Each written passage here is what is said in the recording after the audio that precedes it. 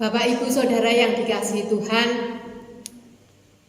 selamat pagi, selamat beribadah. Tuhan Yesus memberkati kita sekalian. Meskipun saat ini kita harus beribadah di rumah kita masing-masing, biarlah itu tidak mengurangi rasa hormat kita kepada Tuhan yang kita sembah.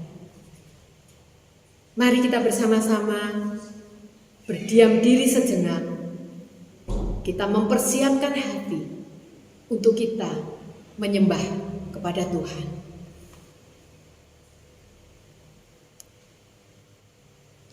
Bersorak-soraklah bagi Tuhan, hai seluruh bumi. Beribadahlah kepada Tuhan dengan sukacita. Datanglah ke hadapannya dengan sorak-sorai.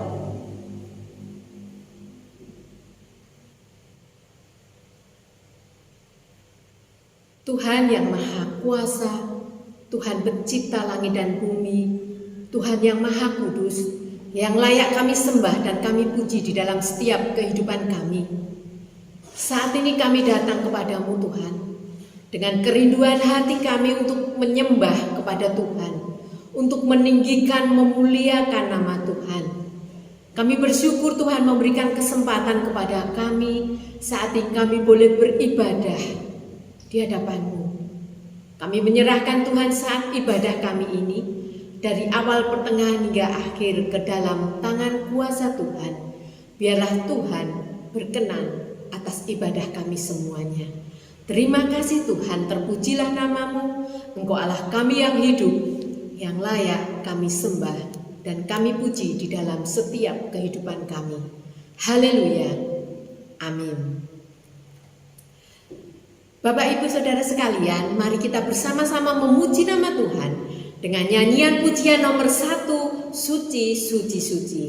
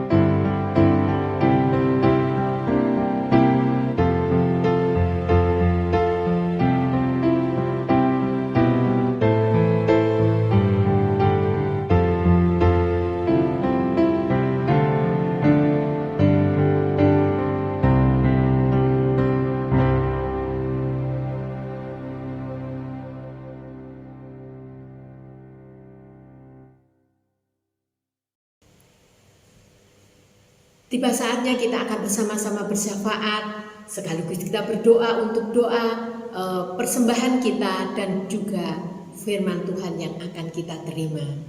Namun sebelumnya kita akan mempersiapkan hati kita dalam syafaat ini dengan pujian, ku tak akan menyerah.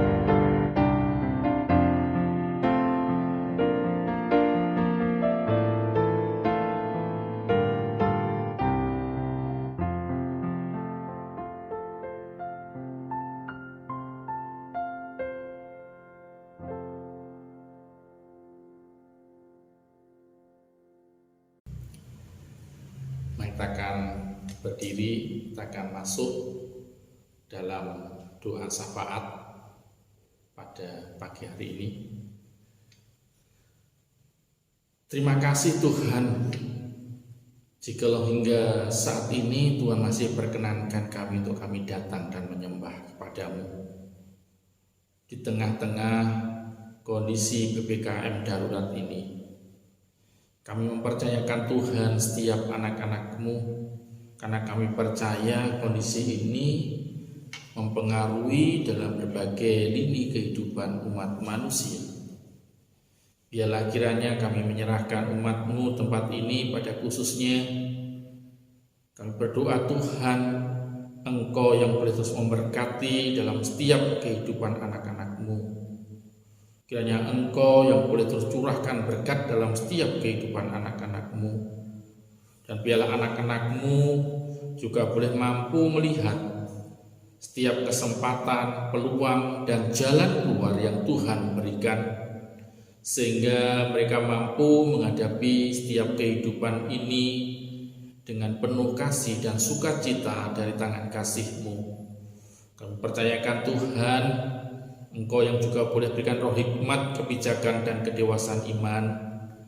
Kehidupan keluarga menjadi keluarga yang harmonis, keluarga yang mengutamakan Engkau dalam setiap kehidupannya. Kami percayakan kepadamu. Anak-anak-Mu yang saat ini sedang sakit, biarlah Tuhan jamah, Tuhan sembuhkan apapun sakit penyakitnya, baik karena COVID-19 maupun karena yang lain. Dan kiranya Tuhan juga boleh berikan antibodi dan imun yang ekstra. Anak-anak-Mu yang saat ini Tuhan sedang menunaikan tugasnya, terkhusus para nakes, biarlah Tuhan campur tangan, Tuhan berikan antibodi dan imun yang ekstra, baik para nakes maupun keluarganya. Tuhan pick up semuanya, sehingga Tuhan kiranya mereka tidak hidup dalam ketakutan, namun mereka tetap hidup saling menghibur, saling menguatkan. Keluarga tetap bersuka cita di saat menyambut keluarganya yang sedang pulang untuk menjalankan tugas penanganan COVID-19 ini. Demikian juga para nakes yang menjalankan tugas, karena ada dukungan dan dorongan bagi keluarga, mereka menjalankannya dengan penuh sukacita dan semangat. Tuhan, kami berseru kepadamu. Kami percayakan pula anak-anak-Mu yang sedang mencari sekolah maupun mencari pekerjaan. Tuhan terus berkati mereka, Tuhan campur tangan. Kami percayakan pula Tuhan akan gabungan Gereja Baptis Indonesia, mulai dari tingkat daerah, BPN, Bamunas, Yayasan Baptis, Yayasan Rumah Sakit Baptis. Biarlah kiranya demikian pula bagi lembaga-lembaga yang ada, Tuhan campur tangan, sehingga dalam membuat kebijakan demi kebijakan semuanya boleh sesuai dengan kehendak dan rencana-Mu. Kami percayakan Tuhan sepenuhnya, Engkau pakai kiranya lembaga-lembaga ini untuk menyatakan kasih dan anugerah-Mu, terkhusus pada saat ini bagi lembaga-lembaga rumah sakit. Tuhan campur tangan, Tuhan urapi semuanya. Tuhan, kami juga menyerahkan akan bangsa dan negara kami. Tuhan pimpin mulai dari tingkat RT sampai dengan eksekutif, yudikatif, dan legislatif untuk mereka menjalankan tugasnya dengan baik di dalam mewujudkan masyarakat Indonesia yang adil walaupun di tengah-tengah pandemi yang sampai dengan PPKM darurat saat ini. Kami percaya Tuhan, kiranya mereka boleh berjuang memikirkan untuk mengatasi dalam pandemi pada saat ini. Biarlah kiranya Tuhan campur tangan di tengah-tengah mengatasi COVID-19 ini. Di tengah-tengah itu pula Tuhan seringkali muncul bencana alam, demikian juga keributan demi keributan, kejahatan demi kejahatan. Biarlah Tuhan campur tangan, sehingga kiranya para pemimpin bangsa dan negara kami tetap mampu mengendalikan diri. Tuhan berkuasa atas mereka. Demikian pula Tuhan rakyat Indonesia. Biarlah Tuhan juga boleh berikan roh hikmat kebijakan, sehingga kiranya antara rakyat dan para pemimpin bangsa dan negara kami boleh saling bergandengan tangan bersama-sama di di dalam menjalankan tugas, di dalam memerangi COVID-19 ini yang seakan-akan merajalela ini. Sungguh Tuhan, kami percaya di bawah pimpinan-Mu, di bawah penyertaan-Mu, kiranya kami mampu keluar daripada COVID-19 dan menuju masyarakat Indonesia yang adil dan makmur. Kami menyerahkan Tuhan, kiranya para ilmuwan-ilmuwan di dalam menemukan akan obat ataupun vaksin ataupun apapun dalam menangani COVID-19 ini, sehingga Tuhan di tengah-tengah melajunya mutasi, demikian pula penemuan demi penemuan tidak terbelakang namun tetap di depan, sehingga kondisi ini bisa teratasi dengan baik. Kami percayakan sepenuhnya Tuhan serangkaian doa dan permohonan kami dan ibadah kami. Demikian pula Tuhan, kiranya Tuhan berkati anak-anak yang akan memberikan persembahan. Tuhan berkati berlipat kali ganda, Tuhan curahkan berkat bagi mereka. Di dalam nama Tuhan Yesus yang mengampuni setiap dosa dan kesalahan kami berdoa. Amin. Selamat pagi Bapak serta Ibu yang kami kasih dalam nama Tuhan. Selamat bertemu di dalam ibadah online dalam kondisi PPKM darurat hingga saat ini. Biarlah kiranya kita tetap semangat, tetap merasa hormat kepada Tuhan walaupun kita beribadah di rumah. Nah, saudara kasih di dalam nama Tuhan Yesus, pada pagi hari kemarin dalam minggu yang lalu kita boleh belajar dalam hubungannya dengan peran atau karya dalam mengisi kemerdekaan yang berhubungannya dengan perekonomian yang ditinjau dari perjanjian lama, yaitu berbicara masalah peran Allah dan peran manusia, sehingga semuanya bisa berjalan dengan baik dan kehidupan ini menjadi harmonis, menjadi indah dan sejahtera terjadi. Tapi pada pagi hari ini kita akan boleh melihat yaitu peran Allah dan peran manusia dalam mengisi kemerdekaan dalam hubungannya dengan perekonomian dalam kondisi PPKM darurat. Mari kita berdoa terlebih dulu, biarlah Allah boleh memimpin dalam setiap kehidupan kita. Terpujilah Allah dalam nama Tuhan Yesus. Pada pagi hari Tuhan kami buka mata hati rohani kami untuk kami mengerti tentang kebenaran firman-Mu. Kami siap Tuhan, Kau bertakhta atas kami dan menguasai kami. Dalam nama Tuhan Yesus kami berdoa. Amin. Nah, saudara, dalam perjanjian lama yang sudah harmonis, yang sudah baik, manusia dimanjakan itu, rupa-rupanya manusia jatuh ke dalam dosa dan akhirnya berakibat hingga saat ini dunia menjadi rusak. Lalu bagaimana dengan kondisi sekarang dalam hubungannya dengan peran Allah dan kondisi sekarang dalam hubungannya dengan peran manusia? Kita akan lihat dalam Injil Matius pasal yang ke-6. Kita akan berbicara terlebih dulu yaitu peran Allah dalam Injil Matius ini. Kita akan lihat dari Injil Matius pasal yang ke-6, kita perhatikan ayat yang ke-26.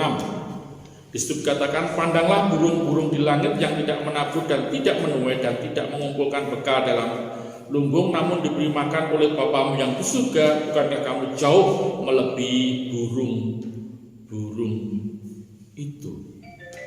Ini artinya bahwa Allah masih tetap memelihara manusia. Dan bisa dibilang bahwa pemeliharaan Allah itu kekal. Baik manusia sebelum jatuh ke dalam dosa, hingga masa jatuh ke dalam dosa, hingga saat ini. Seakan-akan kejahatan yang merajalela. Allah tetap memelihara. Cuma manusia saja yang tidak mengetahui, manusia saja yang tidak sadar. Karena sudah hancurnya hubungan antara Allah dan manusia. Allah mengingatkan kembali dengan bagaimana manusia melihat sekelilingnya. Kalau kita perhatikan dalam pasal yang ke-6 mulai ayat yang 25 ini, yaitu berbicara masalah bagaimana manusia melihat pemeliharaan kepada burung-burung, bagaimana manusia melihat tentang Allah mendandani bunga bakung yang dibandingkan dengan Salomo yang begitu kaya, tetapi tidak mampu melebihi keindahan bunga bakung yang tidak meminta. Jangan mengeluh. Itu Allah ingin supaya manusia sadar. Dan mungkin saat ini saya dan saudara sadar, tapi Allah tahu bahwa di sekitar manusia itu banyak godaan, banyak halangan. Seperti pada saat Adam dan Hawa jatuh ke dalam dosa, ular. Iblis menjelma menjadi ular dan menggoda manusia dan akhirnya jatuh ke dalam dosa. Allah sangat mengetahui akan hal itu. Itulah sebabnya Allah tidak tinggal diam. Allah menyertai. Dalam ayat yang ke-32 dikatakan bahwa tetapi carilah dahulu kerajaan Allah dan kebenarannya, maka semuanya itu akan diberikan kepadamu. Dan lalu dalam Matius pasal yang ke-28 itu jelas penyertaan Allah. Dikatakan bahwa dan ketahuilah aku menyertai kamu senantiasa sampai kepada akhir zaman. Sampai kepada akhir zaman artinya penyertaan Allah itu terus menerus.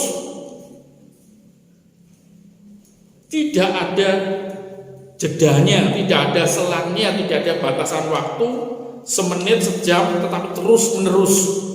Apapun keberadaan manusia disertai sampai akhir zaman. Artinya bahwa Allah sungguh-sungguh peduli kepada manusia, dan Allah masih menganggap manusia itu punya nilai yang luar biasa karena diciptakan segambar dan serupa Allah. Allah ingin memperbaharuinya. Itu yang ada di dalam Injil Matius. Tapi kalau kita melihat dalam ayat-ayat yang lain ataupun kitab-kitab yang lain, kalau Matius hanya berbicara masalah pemeliharaan Allah dan penyertaan Allah, ayat-ayat yang lain katakan, aku akan memberikan seorang penolong, memberikan penghibur, dan juga bukan hanya itu saja. Allah memberikan janji kepada manusia, yaitu marilah kepadaku semua yang letih lesu dan beban berat, aku akan memberikan kelegaan kepadamu. Bukan hanya itu saja, pada saat kita khawatir, serahkanlah segala kekhawatiranmu kepada Dia, dan Dia akan memberikan jalan keluar kepadamu. Nah, saudara-saudara kasih, dalam nama Tuhan banyak hal.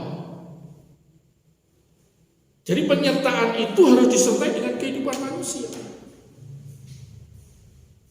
Lalu bagaimana dengan peran manusia? Sudah di sini sudah jelas bahwa Allah tetap memberikan kepercayaan kepada manusia. Kepercayaan yang luar biasa, penghargaan yang luar biasa, tidak kalah pentingnya, tidak kalah manjanya seperti zaman perjanjian lama. Dan bahkan pada saat saya dan saudara nanti mau naik ke surga, Allah menjemput, ditunjukkan tempatnya, bukan hanya disuruh naik, tapi dijemput. Jadi kita tidak punya alasan untuk kita menyalahkan Allah atau mencari-cari kekurangan Allah. Lalu manusia, karena Allah sudah mempercayakan, maka tugas manusia yaitu mampu atau dapat dipercaya. Sebelum manusia menjalankan apa yang dipercayakannya, untuk menjalankan kepercayaan itu maka manusia dibutuhkan percaya terlebih dulu. Itulah sebabnya di dalam ayat yang ke-30 dikatakan, jadi jika demikian Allah mendandani rumput di ladang yang hari ini ada dan besok dibuang, tidakkah Ia akan terlebih lagi mendandani kamu, hai orang yang kurang percaya, beriman. Nah, saudara, kata beriman di sini bukan berarti bahwa saya dan saudara menyerahkan begitu saja, bukan. Tetapi ada dua unsur, karena ini bersifat aktif, yaitu Allah mempercayakan kepada saudara, saudara dapat dipercaya, dan saudara dengan dapat dipercaya itu saudara harus membuktikan kepercayaan yang Tuhan berikan bagi kita. Nah, saudara, pembuktian itu dengan cara bagaimana? Apakah dengan cara ngomong tok, ataukah dengan cara berdoa tok? Bukan. Dalam ayat yang ke-33 dikatakan, tetapi carilah dahulu kerajaan Allah dan kebenarannya, maka semuanya itu akan ditambahkan kepadamu. Artinya bahwa manusia untuk membuktikan kepercayaannya, dia harus mengutamakan Tuhan, menomorsatukan Tuhan, memprioritaskan Tuhan. Saudara, apa artinya memprioritaskan atau mengutamakan Tuhan? Artinya bahwa saya dan saudara menomorsatukan Tuhan. Kenapa saudara? Karena setiap orang minta saya dan saudara untuk menomorsatukan. Tidak ada orang yang minta nomor 2. Istri saudara minta dinomorsatukan, teman saudara minta dinomorsatukan, pekerjaan saudara minta dinomorsatukan, teman saudara minta dinomorsatukan. Semua minta dinomorsatukan, tetapi Tuhan ingin prioritas yang utama adalah kepada Tuhan. Saudara, pada saat kita memberikan prioritas itu bukan berarti berjalan dengan mulus, enak-enak saja, tidak. Di saat saya sedang melakukan sesuatu pasti ada yang lain yang dikalahkan, yang lain yang tidak dianggap penting.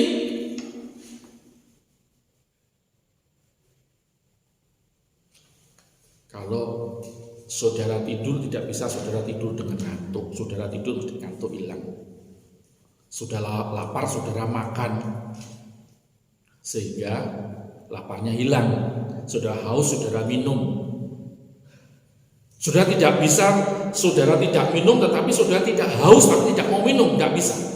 Lalu saudara minum, lalu saudara tetap haus, maka itu sangat sulit kalau minumnya kurang. Tapi kalau minumnya sesuai dengan standar, maka haus itu akan hilang, makan lapar itu akan hilang, tidur ngantuk itu akan hilang. Konsep prioritas ini harus ada dalam kehidupan saya dan saudara. Kalau saudara berkata mengutamakan Tuhan tapi masih mikirkan yang lain, tidak bisa.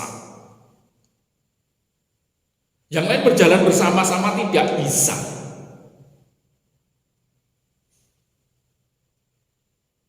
Bisakah saya dan saudara pakai pakaian dan sekaligus mandi? Tidak bisa, pakaian akan basah.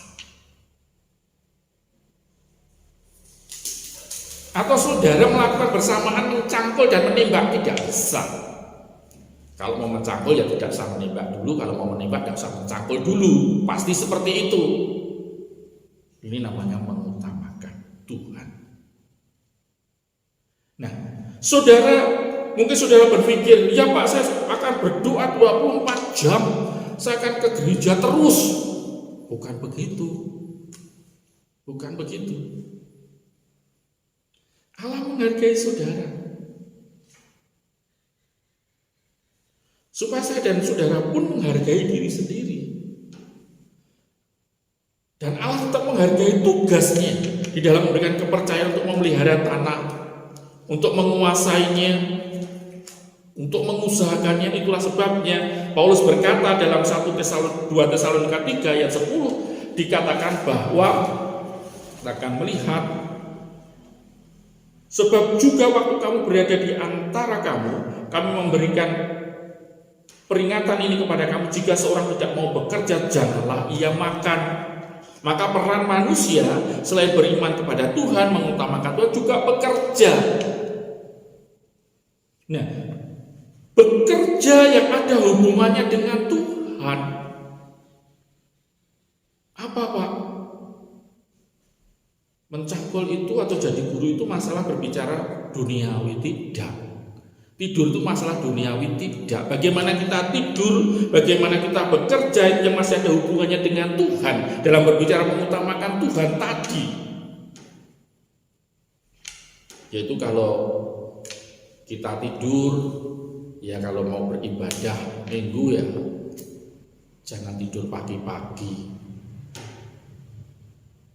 Mau ibadah jam 3 atau jam 2 ada sepak bola, nonton sepak bola mungkin sampai jam 4, padahal ibadahnya jam 5 atau jam 6 pagi.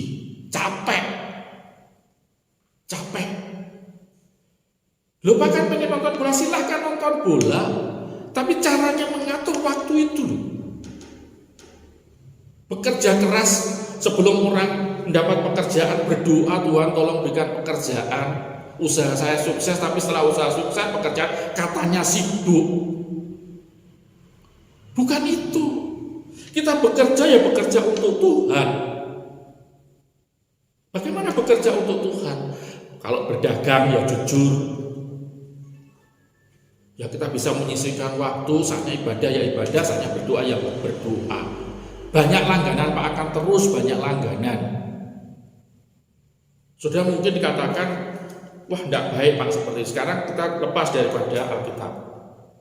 Orang bijak berkata, pada saat kamu biasa, mungkin saat ini kita punya doa dalam sehari 10 menit. Tetapi pada saat jam kerjamu bertambah, maka hubunganmu dengan Tuhan harus bertambah. Itu orang bijak. Jadi kalau saya dan saudara tidak melakukan seperti itu, ini lepas iman. Apa yang dikatakan berarti sudah tidak bijak. Artinya tidak bijak adalah tidak disiplin. Artinya tidak disiplin adalah saudara bodoh. Itu kata dalam Alkitab, tidak ada di tengah-tengah. Bebal. Nah saudara, ini peran manusia. Beriman, mengutamakan Tuhan, bekerja. Yang dimaksud bekerja adalah bekerja untuk Tuhan. Jadi pekerjaan itu bukan semata-mata untuk perut, tetapi untuk Tuhan. Tidur untuk Tuhan. Kalau menjadi guru, jadilah guru yang baik. Kalau jadi pedagang, jadilah pedagang yang baik. Kiranya kebenaran firman Tuhan ini akan memberikan kekuatan bagi kita, dan saya percaya dalam keadaan apapun, walaupun dalam PPKM darurat ini, mungkin krisis terjadi, semoga tidak terjadi. Saya dan saudara, walaupun terimbas pada perekonomian kondisi ini, saya percaya saudara akan tetap kuat.